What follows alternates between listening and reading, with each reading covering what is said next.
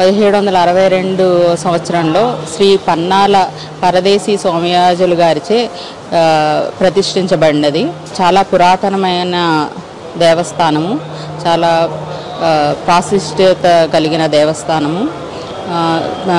మా ఈ దేవస్థానము దేవాదాయ ధర్మాదాయ శాఖ ఆధ్వర్యంలో ఉన్నది.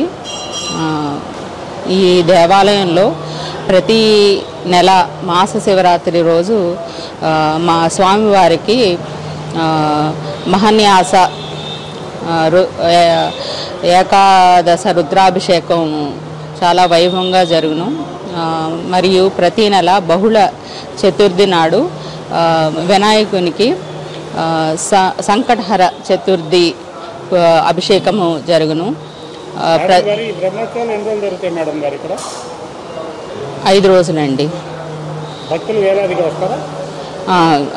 వేలాదిగా వస్తారు భక్తులు, తీర్థప్రసాదాలు తీసుకుంటారు. అవునండి. దాదాపు 273 సంవత్సరాలని చెప్తున్నారు. అప్పటి నుంచి కొనసాగుతుందా ఈ దేవస్థానం? అవునండి, అప్పటి నుంచి కొనసాగుతూ ఉన్నది.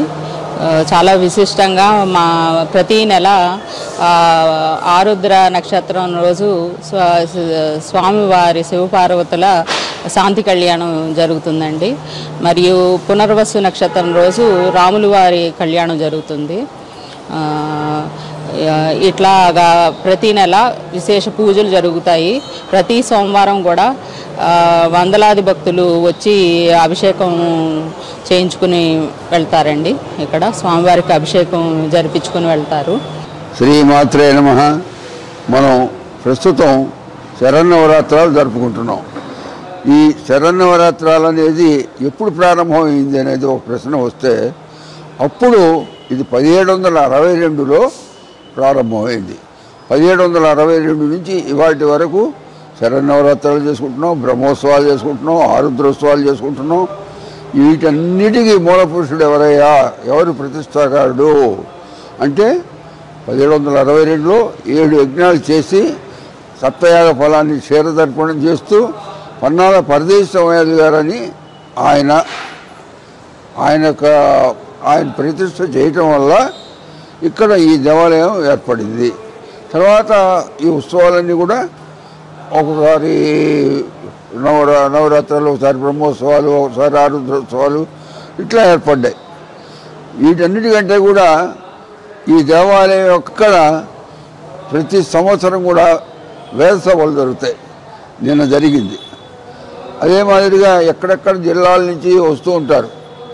ఇది ఒక విశిష్టమైన విషయం ఏంటంటే, వైశాఖ మాసంలో ఇక్కడ బ్రహ్మోత్సవాలు జరుగుతాయి.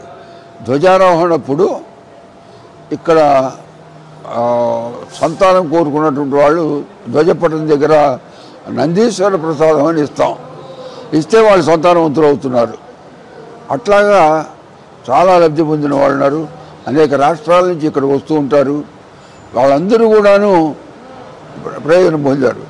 ఇక్కడ ప్రతి నెల కూడా ఆరుద్ర నక్షత్రం రోజు స్వామివారికి శాంతి కళ్యాణం జరుగుతుంది. అదే మాదిరిగా ఇక్కడ మన కోదండరామ స్వామి వారు ఉన్నారు. వారికి పునర్వసు నక్షత్రం నాడు శాంతి కళ్యాణం జరుగుతుంది. ఏమిటి శివాలయం కదా, రామాలయం గురించి చెప్తున్నాం ఏంటంటారేమో.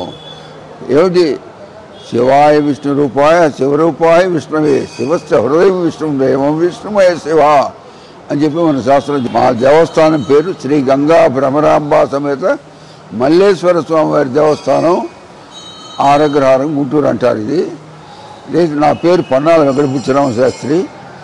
ఈ దేవాలయానికి ఒక 63 సంవత్సరాలుగా చేతనైనంత సేవ చేసుకుంటూ స్వామివారి సన్నిధిలో కాలక్షేపం చేస్తున్నాను. స్వామివారి మీద ఒక శ్లోకం చెప్పగలరా? వందే శంభుమాపతిం సురగురుం వందే జగత్కారణం వందే పన్నగభూషణం మృగధరం వందే పశూనాం పతిం వందే సూర్య శశాంక వంద్యునయనం వందే శివం శంకరం. ఇది ఈ శ్లోకాన్ని కనుక చదివేట్లయితే సూర్యచంద్రుడి దగ్గర నుంచి అందరూ వస్తారు. దాంట్లో మీకు అందరూ కూడాను వాళ్ళ అనుగ్రహం, ఈ శ్లోకం చదివినందులో వాళ్ళందరి యొక్క అనుగ్రహం మీకు కలుగుతుంది. భక్తులందరూ కూడా ఈ సద్వినియోగం చేసుకోండి. శుభం భూయాత్.